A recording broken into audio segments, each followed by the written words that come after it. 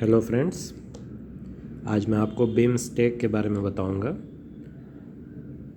ये है Bay of Bengal initiative for multi sectoral technical and economic cooperation, जिसको short में बिमस्टेक कहा जाता है। इसके मेंबर्स हैं भारत, बांग्लादेश, श्रीलंका, थाईलैंड, म्यांमार, नेपाल और भूटान। तो इसमें से आप देख रहे हैं कि भारत, बांग्लादेश, श्रीलंका, नेपाल और भूटान, ये 5 जो देश हैं ये सार्क के भी मेंबर्स हैं, जबकि थाईलैंड और म्यांमार ये आसियान के भी मेंबर्स हैं।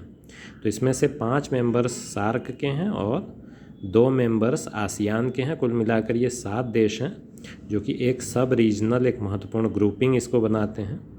इस समय ये चर्चा में है क्योंकि ऐसा माना जा रहा है कि 26 जनवरी को बिमस्टेक देशों के प्रमुख भारत आ सकते हैं। ठीक है, इसका निर्माण 1997 में किया गया था और उस समय इसके ओरिजिनल 4 मेंबर्स थे, भारत, श्रीलंका, बांग्लादेश और थाईलैंड, और बाकी जो 3 मेंबर्स हैं वो बाद में जुड़े इसमें। और काफ़ी समय तक इस ग्रुपिंग में इंटरेस्ट नहीं लिया देशों ने, लेकिन ओनली आफ्टर जो उरी अटैक था उसके बाद जो है इंटरेस्ट इस पर जगा, खासकर भारत का। और भारत की पहल पर फिर काठमांडू में 2018 में इसकी 4थी समिट हुई। ठीक है, तो आप देख सकते हैं कि 21 सालों में केवल 4 समिट हुई और जो लेटेस्ट वाली थी वो 2018 में काठमांडू में हुई, लेकिन वो एक प्रभावशाली और सफल समिट मानी जाती है। अब बात करते हैं कि इसकी महत्ता क्या है, क्यों ये महत्वपूर्ण है। तो ये जो 5 सार्क देश हैं ये सब रीजनल इकोनॉमिक ग्रोथ और सिक्योरिटी के लिए आपस में कोऑपरेट कर सकते हैं। मतलब पाकिस्तान क्या करता है कि सार्क को हमेशा ही वो एक मतलब यूज़लेस एंटिटी बना के रखता है। जब भी वो सार्क में आकर वो द्विपक्षीय मुद्दे उठाता है, मतलब जैसे कश्मीर का मुद्दा उठा देगा या कोई और इस तरह का मुद्दा उठाएगा जो कि बाईलैटरल इशू है, मतलब भारत और पाकिस्तान के बीच का इशू है, लेकिन उसको लेकर वो वहाँ पर उस चीज़ को उठाता है और उस चीज़ को वो जो फोरम है सार्क उसको यूज़लेस बना के रखता है। लेकिन यहाँ पर हम देख रहे हैं कि बिमस्टेक में चूंकि पाकिस्तान नहीं है तो बाकी देश अपने इकोनॉमिक ग्रोथ, सिक्योरिटी और सब रीजनल कनेक्टिविटी पे काम कर सकते हैं किसी तरह के बिना रुकावट के।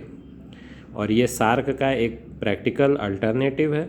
और पाकिस्तान के बिहेवियर के कारण, जैसा कि अभी मैंने आपको बताया कि सार्क जो है काफ़ी सार्क पीछे चल रहा है और उसका कोई प्रैक्टिकली बहुत फ़ायदा नहीं हो रहा है।